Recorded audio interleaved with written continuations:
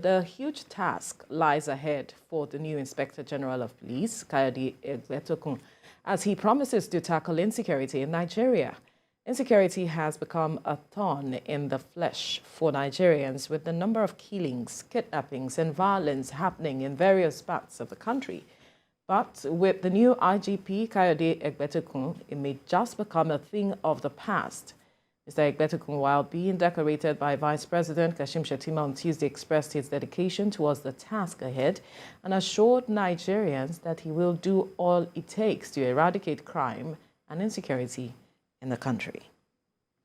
I acknowledge our citizens' deep-rooted concerns and grievances against the police. It is no secret that the Nigerian police force has faced its fair share of criticism in the past.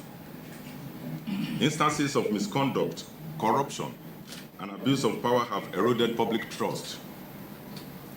I am before you today to declare that such behavior will not be tolerated under my watch, and there will be proactive steps to instill discipline across the ranks.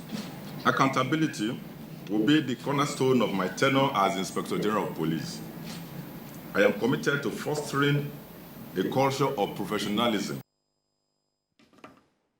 Well, joining us in the studio is the former media consultant to Ogun State Governor, Public Relations Executive, Ogun NIPR, Ife Kayode Akimbode. Good morning. Thank you for joining us. Good morning. Good morning. Good to see you again. Good morning, Mike. It's been a long time. It's been a while.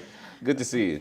Yeah. Right. I wonder what came to mind when you heard that Kayode Egbetokun is now the new Inspector General of Police, recalling his antecedents. Coincidentally, the new IGP is from my state, Right. Ogun State. Oh, yes. So that's a long one coming for us in Ogun State. But be that as it may, I saw the audacity of hope.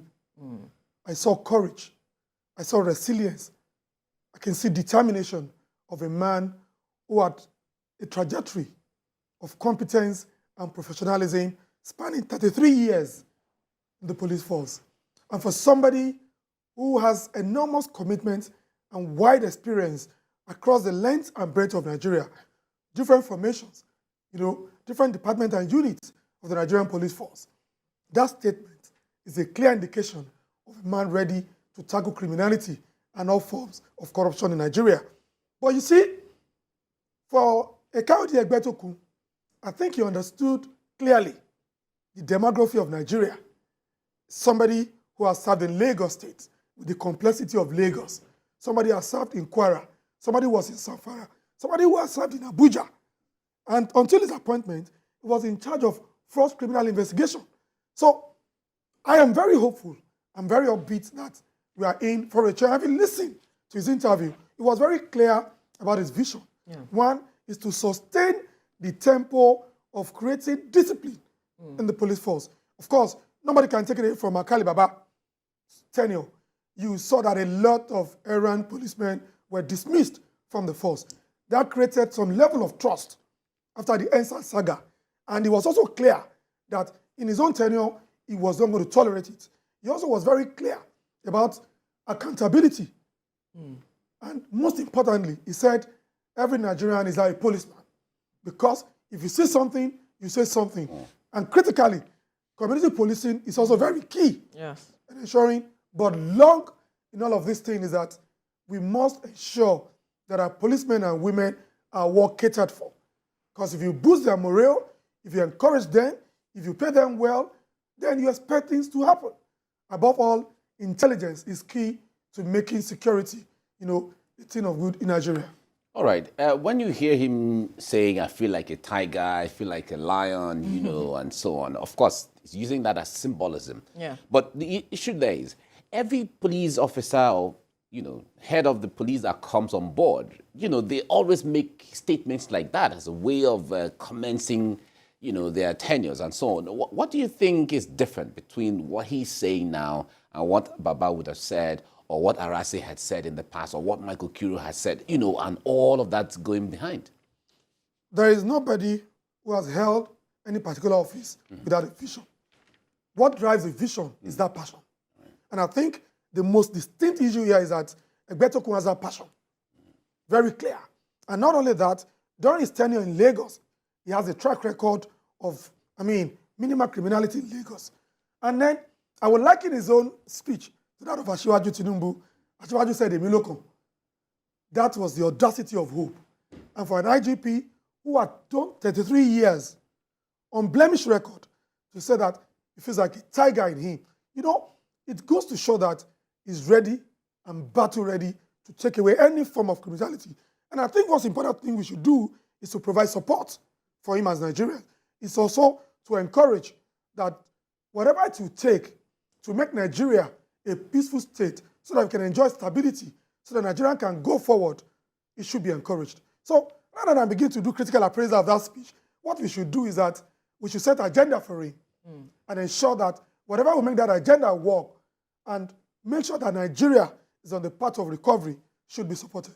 Interesting that you touched on the matter of setting agenda, and he has touched on some issues that are critical to Nigerians, talking about community policing, restoring trust in the force, which are some of the issues that Nigerians have been looking into. He has said he's not going to tolerate any matters where it comes to a policeman or a forceman found faltering with regards to some of these issues. From your point of view, what should he be doing differently now when you're talking about holding persons within the force to account, and also the aspect of community policing? Because he said that his predecessor had done some things with regards to that, but there are still some challenges in that aspect.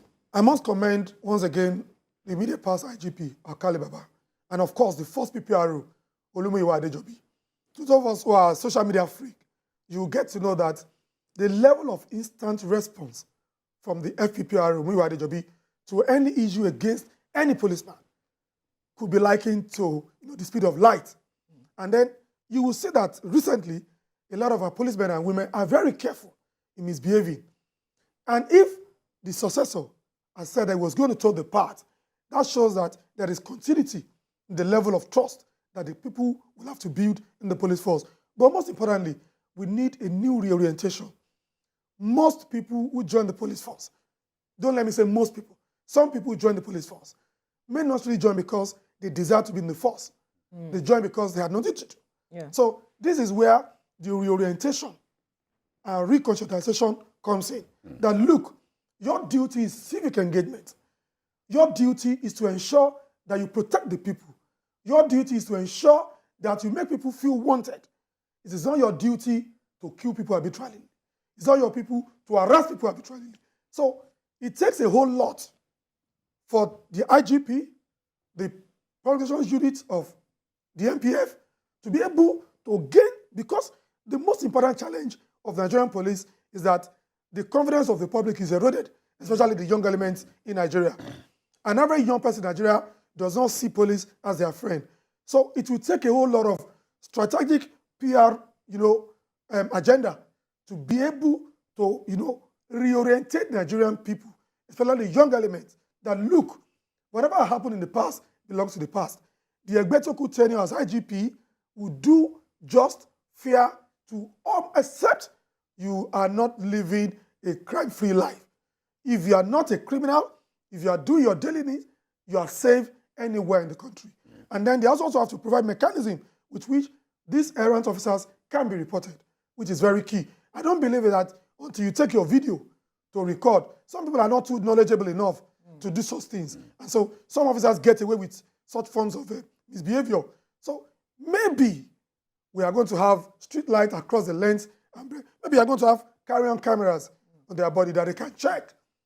And then our civil society organizations must also come alive to put them on their toe. But in all, those agenda he set is clear enough to make him succeed in the next 6 months. Then we can begin to assess him based on his performance. All right, let's talk about the issue of funding. Funding the police. We've had in the past where it looks like funding the police has been a very, very Herculean task for the government when it comes to equipment, when it comes to vehicles, mobility of the police, where you call a police station and the police are telling you that they don't have fuel for the... We hear reports like that on a daily basis.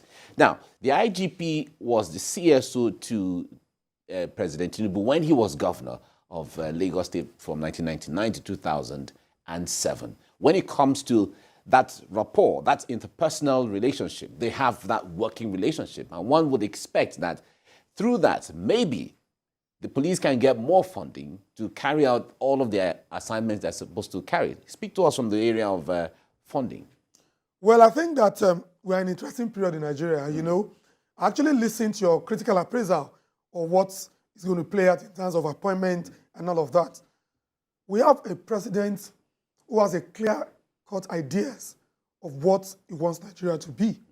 Somebody who had been in and around the political space in over 30 years of his life. The issue of security funding is a prerogative of the president and the governors because they are CSOs.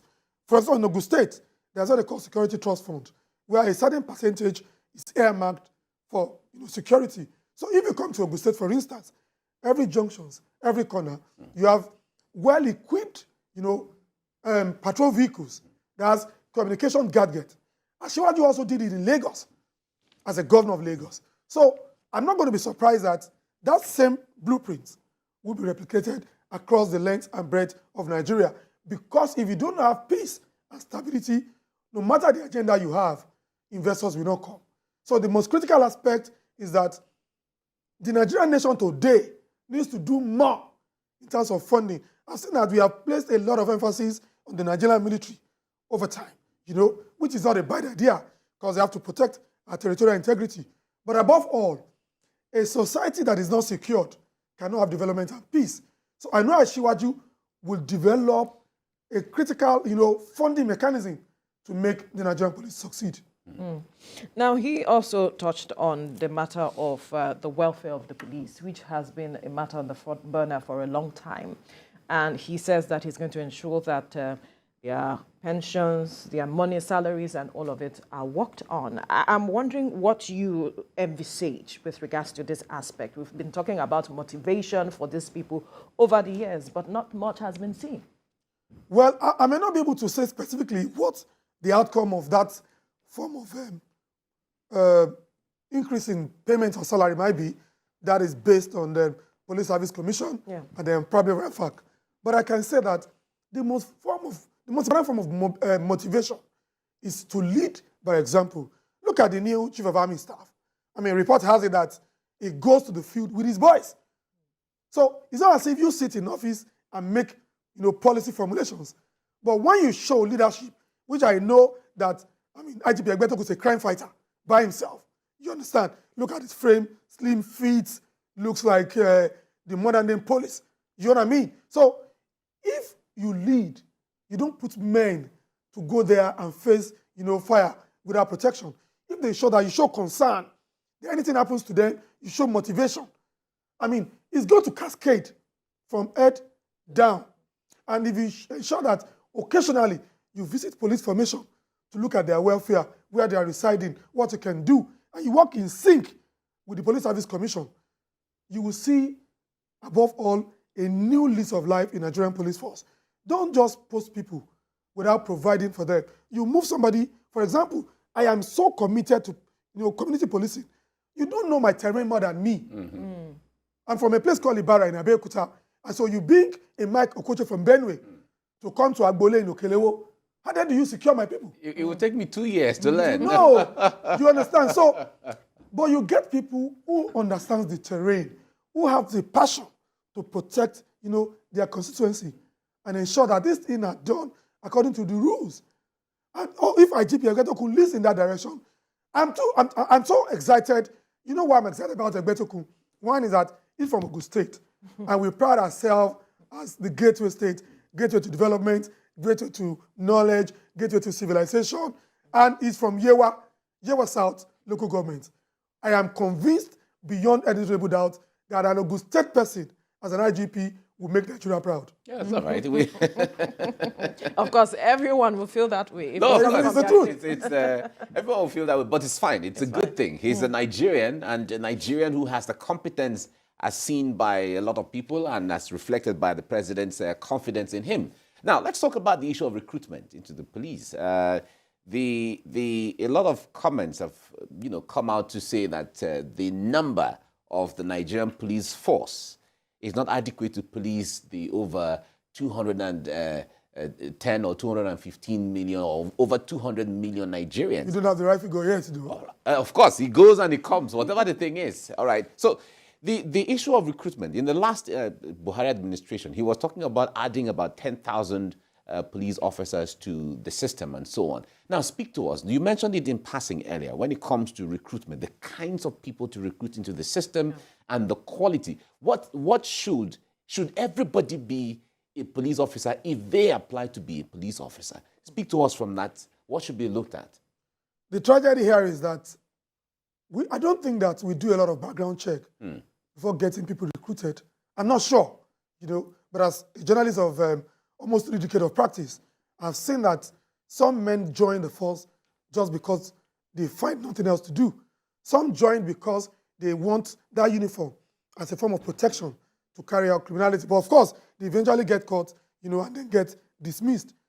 But I think that we need to create a form of critical mechanism like gatekeeping to be able to do thorough background check. For example, if you go to UK, US, you can't get a job without proper scrutiny, even without police job. But in Nigeria, once they say it's recruiting, you just go. You find them in the Ikeja. But now, if you want, and above all, the level of enthusiasm has reduced by young men to join. For example, in Ogun State, I knew that there was a time we had to be telling people that they are recruiting, you have to come, because people don't see the police live good life. People don't see police live good life. If you go to UK, US, you find recruits, that is constables, good looking, well dressed. But if you come to Nigeria, you find a recruit looks rather very famished. So what's important now is to change that narrative, is to create a new sense of orientation in what a police officer should look like. And I know that Muyiwa Adejobi is doing a fantastic job. With the support of the new IGP, he will do more. So at the point of recruiting, they have to create an image of a police force where people who desire, who have passion to protect the country's get into the police force. And they will do a thorough background check to ensure that we do not get in criminals to tackle criminality. That is very key. That would be a disaster. Interesting. Now, he said that they will be relying more on human intelligence, even though there's going to be technical intelligence, but they will be relying more on human intelligence, which goes back to the matter of community policing, which I asked earlier, you haven't touched on what framework should they put in place that will be effective, because he mentioned his predecessor tried something, but there were challenges. One thing about the Nigerian police force, or Nigerian military generally, aside some challenges of leadership failure, they are the best anywhere in the world. Mention any form of crime in Nigeria that you think our police have not been able to tackle if they want to do it. I've not seen it. Look at what happened in Kogi, that massacre in Owo. Within a twinkle of an eye, they resolved it, and the suspects were arrested. We didn't import anybody from abroad. So intelligence is a key component of security anywhere in the world. And by giving it to Nigerian police and Nigerian army, they have it in abundance. Like I said, leadership determines your success. If you have a leader that is sincere and passionate, with the support of the commander-in-chief of the armed forces and right funding, it will be done. Look, no crime exists in isolation. Anybody that commits crime, something tragedy happened in Ogun State in December, where a whole family was wiped off in Abeokuta. And I told you that within 3 weeks, Ogun State Police Command were able to, get those people involved through intelligence and technical surveillance. That's exactly what I'm talking about. But in some instances, they may not do it. But because the governor of Ogun State, Dapo Abiodun, gave a marching order that this must be resolved. So it comes to leadership. So intelligence, surveillance, community policing, the key factor is leadership. If the IGP is determined, if the CP is determined, if the chief security officers of each state are determined, and they see through to it, we have minimal, crime rates in the country. Everywhere in the world, you see something, you say something. If you live abroad, they find you as a stranger in their neighbor, they will call. And within 3 minutes, you find police officers asking what you want. You go to a store and you are spending recklessly, you will not leave that place before a policeman will arrive. But in Nigeria, once you present the money, in Yoruba they will say, Aje Bugbaje, like, that they are making money.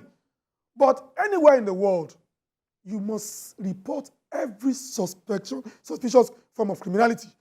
But in Nigeria, we don't do that. We celebrate it. So beyond the task ahead of the police, everybody in this country must realize that we need to secure ourselves. How? Regular monitoring of events and people around our community and ensuring that we make reports. We've had situations where there were reprisals when people made these reports. That would be in the time past. I think in the last 3-4 years, we have seen a great departure from that. I mean, there are places where, even in Ogun State, you will report without showing yourself. Just be sure of the claim you are making. People can act funny. If I don't like Mike, I can go and frame up things about Mike and go and tell the police just to get him embarrassed. You understand? There are different mechanisms. You don't have to show your face. If you suspect, I know the police force can explain better. They have different ways without reporting in camera, but just ensure that you give them that information that is very key, and they will work on it and activate it. So I don't think that you don't have anything to fear. If you feel strongly and you suspect, so look, because if you don't do it, if you fear reprisal, and it happens to you, God forbid, what happens? If anybody had the idea of what happened in a war, would the old people be wiped out in a church service? So what I'm saying is that the fear of the unknown should not be. Yes, in the time past, some bad acts in the police. That was what I was saying. You don't recruit criminals to fight criminality. In the time past, I've had policemen who go and report to people that so person came to report to you. Do you understand? But I think that has changed and subsided over time. And I think that if you create a lot of confidence, also comes to, getting to buy the confidence of the people. And that's a lot of work the police needs to do right now. They have to engage the PCRC, which is the police. They have been doing that. And not only that, they have to engage the civil society organization. They have to engage the youth organization. They have to engage the religious body.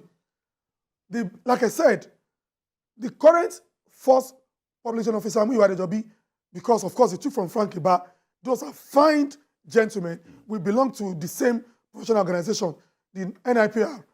They know that to create mutual understanding between organizations, you must be able to get their confidence. PR is about strategy. It's about orientation. It's about buying the people to believe in you. It's not about telling lies. It's about getting the mutual trust of the people. And they have been doing that fantastically. And I know they continue in that regard. Nigeria will be better for it. All right. Let's talk about the issue of state policing. This is another debate that Nigerians are hoping that somehow the new government right now will look into. Recall that you talked before about the issue of community policing and security being local to the vicinity or community or society, wherever you find itself. This debate has been on as a way of restructuring Nigeria a long time. Of course, it's going to require constitutional amendments here and there, but you think the time is now when it comes to the person, when it comes to the interest and the passion to do it? You know how I'm happy about that? Asiwaju Bola Ahmed Tinubu is a Democrat.